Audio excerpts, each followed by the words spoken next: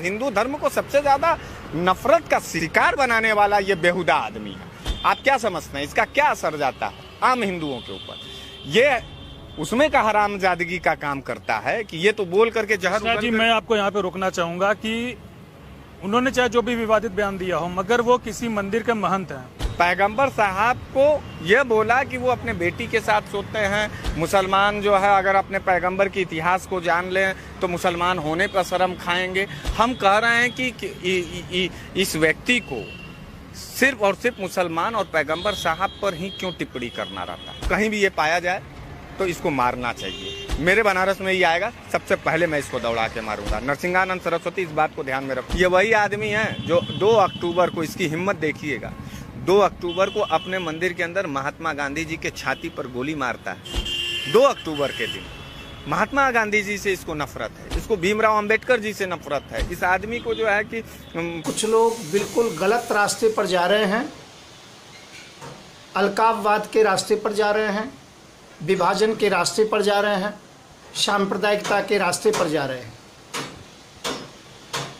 चंद केवल एक छोटी सी पब्लिसिटी के लिए और केवल राजनीति माने के लिए इतने उतावले हैं वो लोग। मैं ज़्यादा नाम नहीं लेता हूँ, पर एक नाम मैं खासकर बता देता हूँ।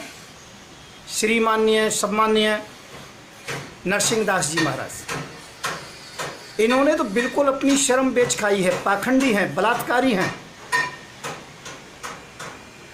बोर्ड लगा दिया मंदिर पर कि कोई मुसलमान एंट्री नहीं करेगा। बच्चा कोई पानी पीने गया, उसे पीट करके वीडियो वायरल कर दी।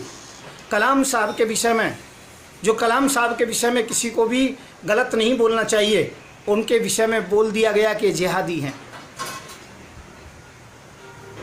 माननीय सम्माननीय पूजनीय हमारे सभी के शिरोधार्य मानव जाति को एक बहुत सुंदर रास्ता दिखाया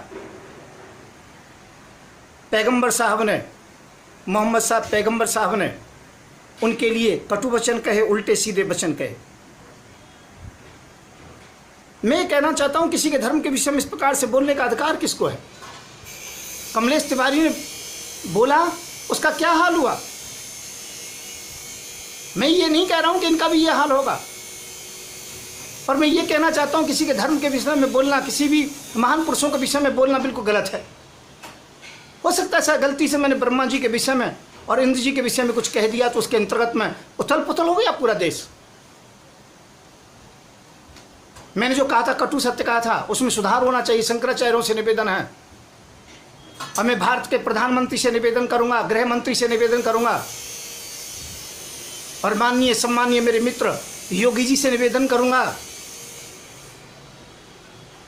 कि नरसिंहानंद को सबक सिखाएं, उसे जेल के अंतर्गत में डालें तत्काल, सांप्रदायिकता उन्माद होने से पहले जोगी बचाएं।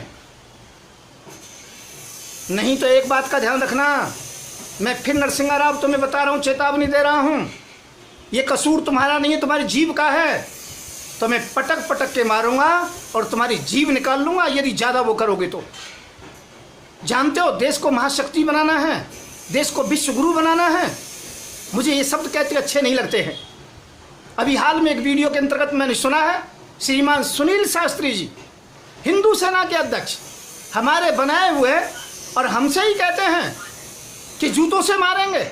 शर्म आनी चाहिए। बयान विवादित होते जा रहा है। आपको बता दूं, इसमें आश्चर्य की बात नहीं है। यह विवादित बयान आज से नहीं देते हैं, यह वर्षों वर्षों से देते हैं।